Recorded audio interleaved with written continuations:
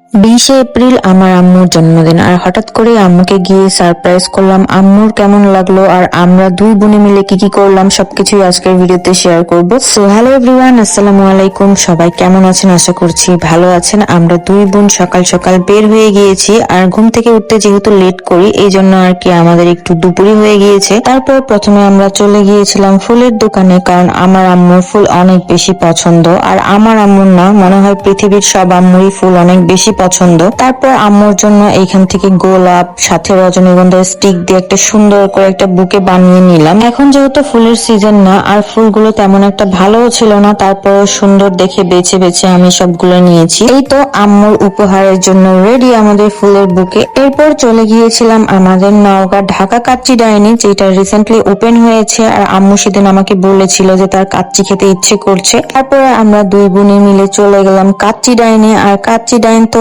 As usual সবসময় ভিড় থাকে, বাট সেই দিন একটু কমই ভিড় ছিল। আমরা একদম দুপুর টাইমে গিয়েছিলাম, সেরকম একটা ভিড় ছিল না। তারপর আমরা পার্সেল নিয়ে নিলাম। আর ভাই, আজকে এত পরিমাণ গরম ছিল, গরমে একদম অবস্থা খারাপ হয়ে যাচ্ছিল আমাদের। তারপর কি করার, আম্মুর যেহেতু বার্থডে আর আমরা সারপ্রাইজ দিব না তা তো কখনো হতেই পারে না। এরপর চলে আসলাম ট্রেস্টিটিতে। আর ট্রেস্টিটিতে এসে আমরা এইখান থেকে কেক অর্ডার করলাম। আর এইখানে কিন্তু চকলেট কেকের ভেরিয়েন্টটা বেশি পাওয়া যায়, রেড ভেলভেট, ভ্যানিলা এগুলোও থাকে, বাট চকলেটটা একটু বেশি থাকে। আমার আম্মু অনেক বেশি মিষ্টি ফ্রেক, কিন্তু কেক খেতে একদমই পছন্দ করে না। ভ্যানিলা ফ্লেভার বা আদার্স কোনো ফ্লেভার হলে তাও একটু পছন্দ করে, বাট চকলেট ফ্লেভারটা একদমই পছন্দ করে না। এদিকে কেকটার উপরে ভাইয়া খুব সুন্দর করে হ্যাপি বার্থডে আম্মু লিখে দিয়েছে, খুবই পছন্দ হয়েছে আমার। আর এত পরিমাণ গরম ছিল, আমি এখানে দাঁড়িয়ে দাঁড়িয়ে বাতাস খাচ্ছিলাম। আর এই যে আমার ছোট বোনের কাজ কারবার দেখেন। তারপরে আমরা চলে গেলাম তরমুজ নেওয়ার জন্য, আর আমার আম্মু তরমুজ খেতে অনেক বেশি পছন্দ করে। এরপর সব কেনাকাটা শেষ করে আমরা এখন বাসায় যাব। আর আম্মু জানেও না যে আমরা আজকে যাব, কারণ 2 দিন আগে আম্মুর বাসা থেকে ঘুরে আসছি, আর আম্মুকে না জানাই আমরা চলে আসছি। এই কাঠফাটা গরমের মধ্যে ঘুরোঘুরি করতে আমাদের অবস্থা একদমই খারাপ হয়ে গিয়েছে, কিন্তু মায়ের মুখের হাসি দেখলে তো সবকিছু নিমিশেই ভুলে যায়। আম্মু অনেক বেশি খুশি হয়েছে, আর বারবার আমাদেরকে বলছিল যে কেন আমরা এগুলো করতে গিয়েছি। মারা এমনই হয়, কখনো মুখ ফুটে কিছু বলে না, কিন্তু সন্তানের